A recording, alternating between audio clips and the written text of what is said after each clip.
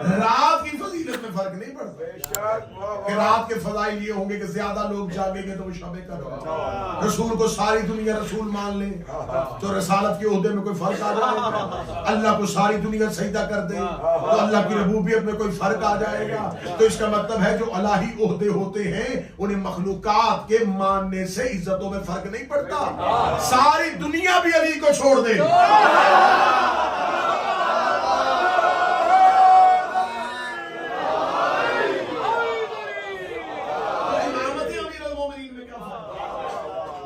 सारा मदीना भी अली की बैयत कर लेता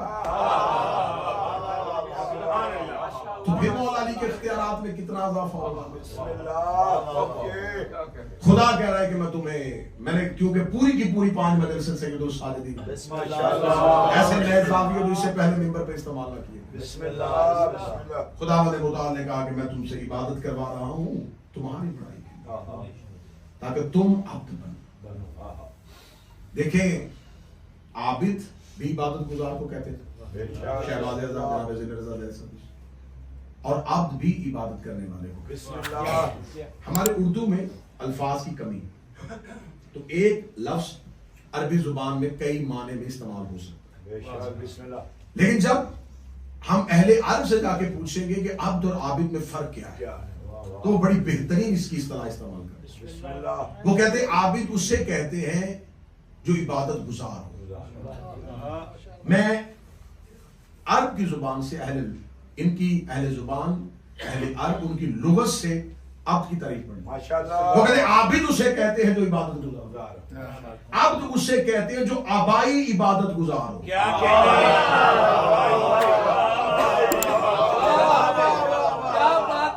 ये लफ्ज़ आबाई उर्दू में भी इस्तेमाल है। ये हमारा आबाई इलाका है,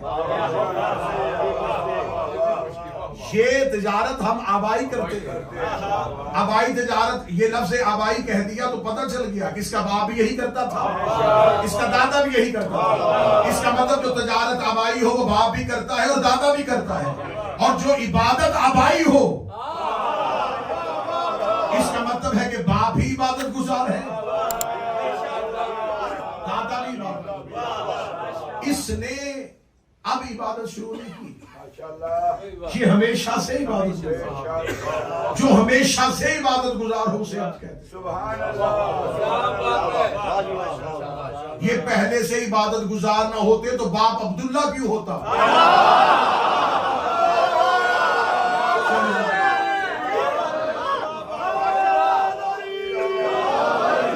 अभी मक्का वालों के पास तो अल्लाह का तस्वुर आया ही नहीं, अभी तो रसूल ने नबूवत की है, तो बाप अब्दुल्ला कैसे हो। इसका मतलब मक्का वालों के पास अभी अल्लाह का तस्वुर नहीं पहुंचा था। ये खानदान तब भी अल्लाह की इबादत करता है,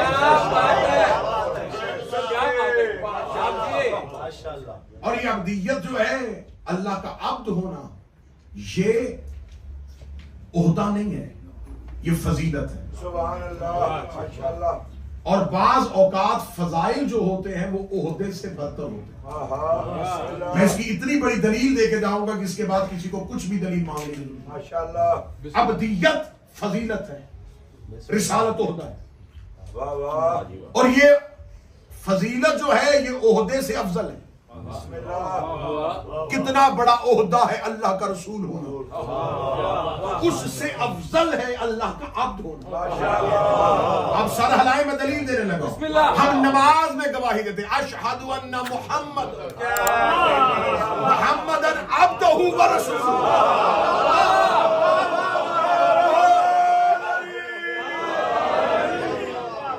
हमने फजीलत की गवाही पहले ओहदे की गवाही। ये तेरा आब्द है और तेरा रसूल। और खुदावंद मुताल ने जब रसूल को पूरे कुरान में यासीन, मुज़म्मिल, ताहा, मुदस्सिर, अल-कबार से पुकारा, इतने नाज से पुकारा, लेकिन जब रसूल को मेराज से बुलाया, सुब्हानल्लज़ी अस्रा बिअब्दिही,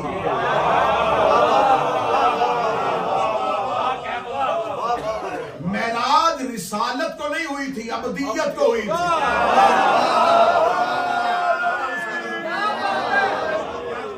मेराज रिसालत को नहीं हो रही, अबदियत को हो रही है। ये जो मेराज पे जा रहा है, ये रसूल नहीं जा रहा, ये अल्लाह का अब्द जा रहा है। मेराज अबदियत को होती है। अबदियत उसे कहते हैं जो आबाई इबादत गुजार हो। कहां जाके जमाने को समझाएं कि आबिद किसे कहते हैं, आब्द किसे कहते हैं, मबूद किसे कहते हैं। आबिद उसे कहते हैं जो इबादत करे, आब्द उसे कहते हैं जो हमेशा से इबादत गुजार हो, मबूद उसे कहते हैं जो हमेशा से इबादत के लायक हो। इसका मतलब आबिद इबादत करने वाला, आब्द इबादत गुजार हमेशा से रहने वाला, मबूद जिसकी हमेशा से इबादत हो। एक तस्वीर में तीनों रुख दिखाता हो। मदीने की मस्जिद नबवी थी, आबिद सफे बांधे हुए खड़े थे, अब्द मुसल्ले पे नमाज पढ़ा रहा था, मबूद का सजदा हो रहा था। जैसे ही सजदे में अब्द गया, पीछे ही सजदे में आबिद गए। जब पर्दा उठा, एक शहजादा सफों को चीरता हुआ अब्द की पुश्त पे आगे बैठा, आबिद पीछे रह गए, अब्द नीचे रह गया, मबूद ऊपर रह गया। आवाज़ें कुदरत हुसैन भी उठना ना, मैं दुनिया को तेरा ओहदा बताओ, तू है अबा अब्दिल्ला।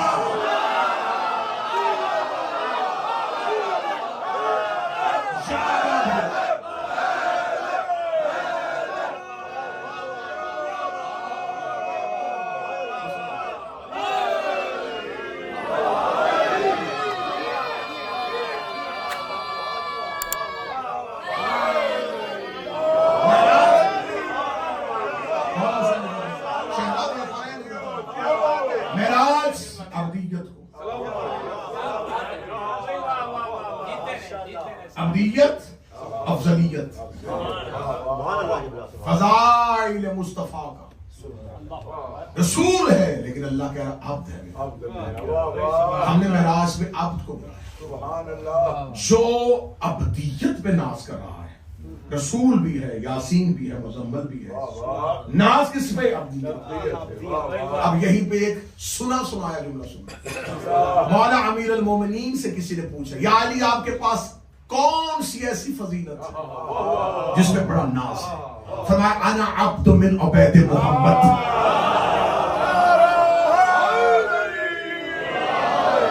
मैंने पहले कहा था कि उर्दू अल्फाज में मानी की कमी, यहाँ पर आम तर्जुमा, क्योंकि अब्द गुलाम के लिए भी इस्तेमाल, मैं मोहम्मद के गुलामों में से गुलाम नहीं, मिन उबैद मोहम्मद, उनमें से हूं मैं, वैसा अब्द हूं जैसा मोहम्मद उसके अब्दों में से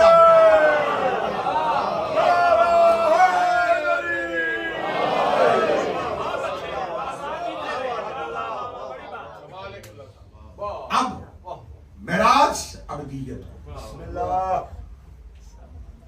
अस्सलातो मेराजुल मोमिन, अस्सलातो अमूदुद्दीन, नमाज दीन का सुकून, नमाज मोमिन की मेराज, नमाज है अल्लाह से इबादत का अमली मुजाहिरा। अल्लाह की फरादा इबादत, फरादा नमाज, अजर और जमात के साथ, फजीलत किसके साथ है? जमात के साथ। खुदा कहता तन्हाई में इबादत करोगे अजर दूंगा, फजीलत अब दूंगा जब मजमे में करोगे। क्योंकि नमाज के तसव्वुरात में से नमाज का एक मरकजी बुनियादी नुक्ता है गरूर इंसानियत का खात्मा।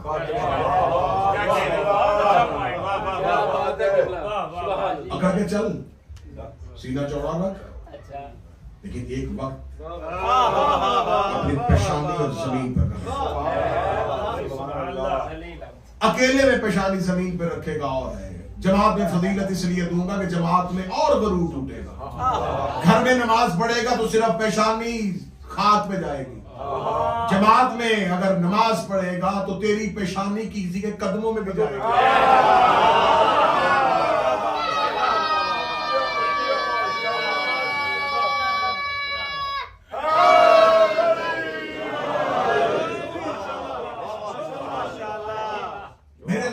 क्या क्या जरूरत है मजमा इकट्ठा करके इबादत करवाने?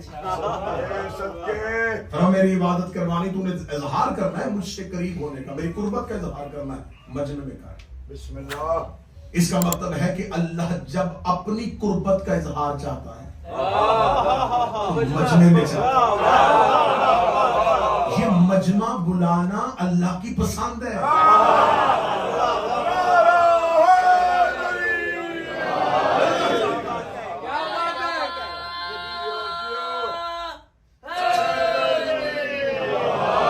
अल्लाह चाहता है कि जमात में आके मेरी कुर्बत का अमली मुजाहिरा। इसलिए अल्लाह ने 7 दिनों में एक दिन रखा जुमा। जुमा कहते जमा होने को। मेरे पास में इमाम से किसी ने पूछा मौला रोजे जुमा की वजह, इसे जुमा क्यों कहते हैं? फरमाया इसलिए कि अल्लाह ने आलम अलस्त में रूहों को जमा किया था। जिस दिन जमा किया था वो दिन ये था, अल्लाह ने रूहों को जमा किया था। किस लिए? 5वें इमाम का फरमान हयातुल कुलूब अला मुमद्दसी, तफसीर मिज़ान, तफसीर उम्मी, तफसीर बुरहान, तफसीर अहले बैत का ज़ामन। मौला रूहों को जमा क्यों करवाया था? फरमाया मेरे दादा अली की विलायत।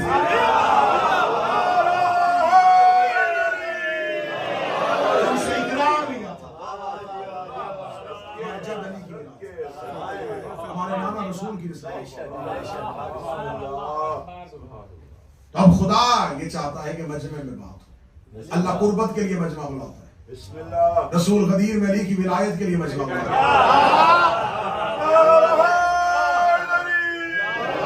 नमाज घर में पढ़ी जा सकती है, अल्लाह ने कहा ना पढ़ना, जमात में पढ़ना, ताकि ये ज़हार मजमे में हो। रसूल सलमान के कान में भी अली की मौलायत का ऐलान कर सकता था। ये बात कान में नहीं हुई, गदीर के मैदान में हुई। हम भी घर बैठ के हुसैन हुसैन कर सकते थे।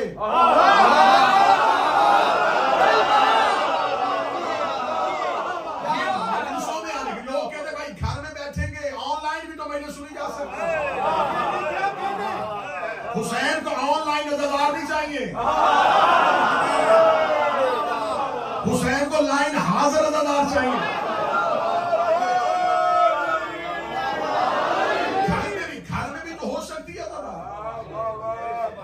इस्लाम कहता है कि तुम कोई अमल करो, अल्लाह कहता है कि अपनी नेकी पे गवाह पैदा किया करो। हदीस पैगंबर मोहम्मद कल से मिंबर पे ना रसूल कहते हैं कि खुदा का हुक्म है नेकी करो तो गवाह पैदा करो, ताकि ज्यादा लोग तेरी नेकी पे गवाह हों। मजमे में आके हुसैन हुसैन किया करो, हाथ नीचे रह गए, हल्के में आके मातम किया करो।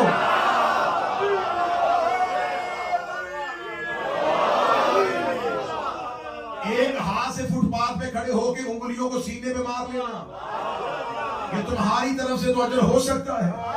आओ ताकि ज्यादा लोग क़यामत के मैदान में गवाही दें।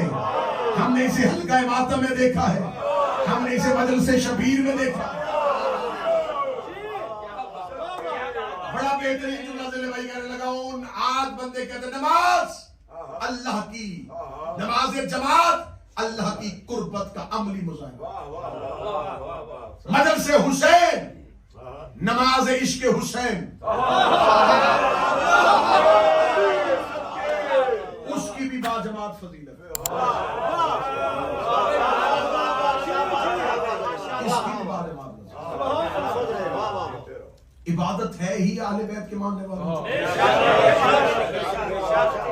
रसूल फरमाते इबादत है मारिफत की शाख। इबादत वो दरवाजा है जो तुम्हें मारिफत का तक लेके जाता है। इबादत के दरवाजे से गुजरो ताकि मारिफत का मजा हो। हम इबादत देते ही उसे हैं जिसको मारिफत देनी। तो इबादत पे आकर रुक गया और उसने मारिफत को ना जाना, समझो कि उसने इबादत के मजे को चखा ही नहीं। अब इबादत है ही अली वालों के लिए। और हुसैन का अल्लाह क़यामत तक के हालात देख रहा, खबर थी कि हम इबादत को वहां तक लेके जाएंगे जहां इबादत मकसद बनेगा, मरकज ठहरेगा। अब इस दौर का तकाजा यह, इस दौर का सवाल यह है, नमाज या आजादारी,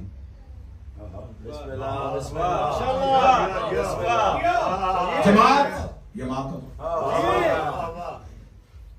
अब इसी एक सवाल ने दो ग्रोह किए, नमाज या मातम, इन दोनों लफ्जों में से या निकाल दो।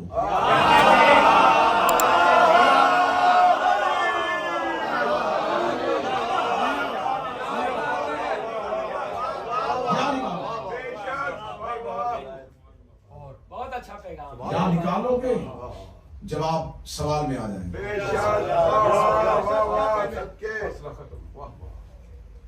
किसने कहा है कि इन दोनों के दरमियान में आपके लिए ऑप्शन हो कि आप इनमें से एक चुनेंगे?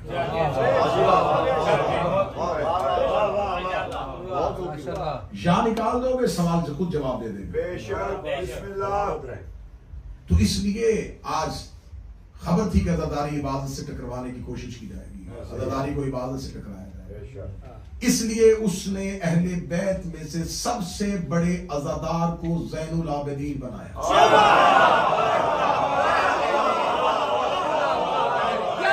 तकरीर अब शुरू हुई, अब इस लम्हे से खमसा शुरू हुआ। उसे खबर थी अज़ादार चाहेगा कि मैं अपनी अज़ादारी की बुनियाद पे इबादत को पीछे छोड़ूं, और इबादत गुजार चाहेगा कि अपने सजदों की कसरत से अज़ादारी को पीछे छोड़ूं। उसने अहले बैत में से सारे इबादत गुजार ज़ैन से बनाया।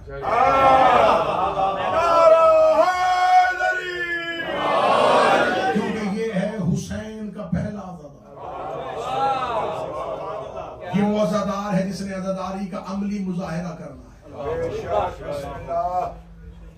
अब जब ये सामने खड़ा होगा और तुम क़यामत वाले दिन सजदे लेके जाओगे और जाके उससे कह दो कि सिर्फ सजदे हैं, अज़ादारी तो कुछ भी नहीं थी, तो सजदे कबूल करने के लिए सैयदुल साजिदीन खड़ा है।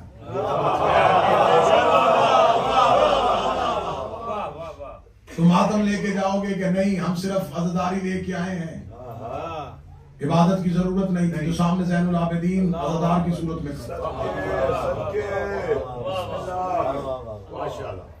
इस मेरे मौला ने म्यारे अब्दियत को अमली तौर पे जमाने के सामने मुतारफ करा। बड़ा खास मौजू है, और मैंने पहली तकरीर कल वाली तकरीर में कहा था कि इस इमाम की जिंदगी पे बात करना इसलिए दुश्वार और कठिन, ये नहीं है कि फजाइल और मनाकब में कोई कमी, इतने अबवाब है, इतने रुख है इस मौजू पे, ये 5 मदद से कुछ भी नहीं है, अशरे पड़े हैं। लेकिन कठिन इसलिए है कि नई बात मजमे को खामोश करती है, और खतीब खामोश मजमू में पढ़ने की आदमी नहीं, तो इसलिए वो ये रिस्क लेने के लिए तैयार नहीं, लेकिन मैं ये रिस्क ले रहा हूं। बिल्कुल आप बिल्कुल खामोश हो जाए, बिल्कुल भी खामोश हो जाए। इमाम कुल्ले ईमान नारे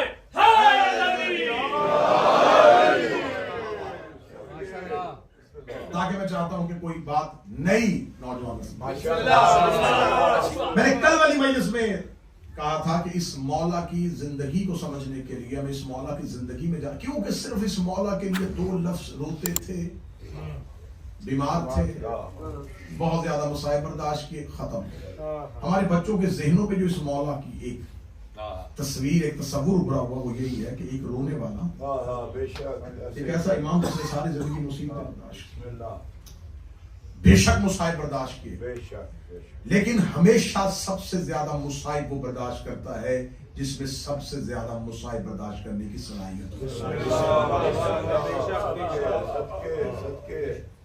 इस मेरे मौला की जिंदगी जो है 38 हिजरी 5 शाबानुल मुअज़्ज़म या 15 जमादुल अव्वल, ये मौला दुनिया में तशरीफ, वालदा जनाब शहरबानो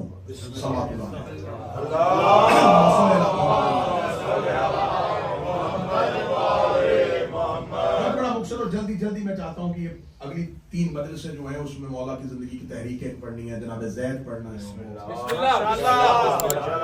जनाब शहरबानो। इसके लिए 2 तरह की रवायात मिंबर से बयान की जाती है। पहली रवायत ये बयान की जाती है कि दूसरे खलीफा के दौर में जब ईरान को फतह किया तो उसमें से कुछ जंगी कह दिया, तो उसमें से 2 बीबियां, ये रवायत मरदूद है। ये रवायत काबिल कबूल नहीं है, क्योंकि दूसरे खिलाफत के दौर में माना जाए तो फिर ये 17 हिजरी है, और 17 हिजरी में इमाम हुसैन अलैहिस्सलाम की ज़ाहिरी हयात तय्यबा 12 साल है, और मोहम्मद बिन अबू बकर की 6 साल।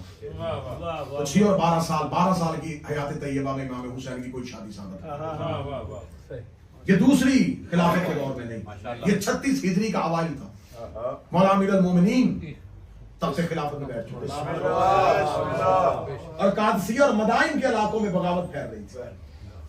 मौला ने वहां पर एक लश्कर भेजा, बगैर कत्लो गारत के वहां से कुछ लोगों को कैद करके लाया गया। शाही खानदान की, शाह ईरान की जो शाही खवातीन थी, उन्हें बाइज्जत तौर पे मौला अमीरुल मोमिनीन के पास पहुंचाया। बिस्मिल्लाह। मौला अमीरुल मोमिनीन ने उनका इस्तकबाल किया। इस्तकबाल करने के बाद मौला ने फरमाया कि हुक्म रसूल है कि जिस औरत का ताल्लुक शाही खानदान से हो उसे उसके मुताबिक इज्जत दी जाए। तुम हमारी मेहमान हो, तो अब मैं तुम्हें ये इजाजत देता हूं कि तुम अपनी मर्जी से अपने रास्ते का इंतखाब कर सकते। वतन जाना चाहो, सवारी का बंदोबस्त, मदीने रहना चाहो, घर का इंतजाम, बेहतरीन से बेहतरीन घर में शादी करना चाहो, अली इंतजाम करें। पहली शहजादी जो बड़ी थी उसने चादर के नीचे से बोल के कहा, आपकी तीसरी शर्त हमें मंजूर है, लेकिन बता सकते हैं कि क्या इस कुर्राए अर्ज में आपसे बेहतरीन खानदान कोई है? आपकी तीसरी शर्त हमें मंजूर है, ना वतन जाना चाहेंगे, न सकूनत के लिए कोई घर चाहिए। अगर आपसे बेहतर कोई कुर्राए अर्ज पे खानदान है तो यकीनन आप इंतखाब, वरना बतौर वली आपको इजाजत।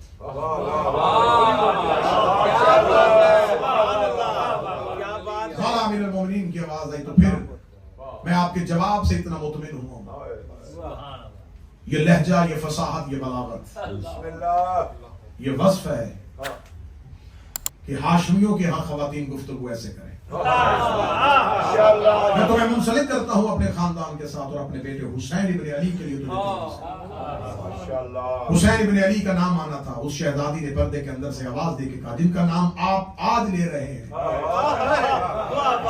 3 महीने पहले मुझे रसूल ने उसका नाम बता दिया।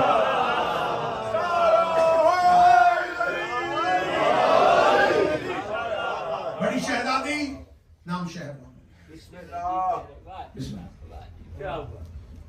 मौला अमीरुल मोमिनीन ने फरमाया कि हम आपका नाम तब्दील नहीं करेंगे। शहरबानो ईरानी नाम था, फारसी नाम। मौला फरमाया तुम्हारा नाम तब्दील इसलिए नहीं हो सकता कि तुम इसे अरबी में तब्दील करेंगे तो शाह ज़नान बनेगा, और ये एक ही खातून का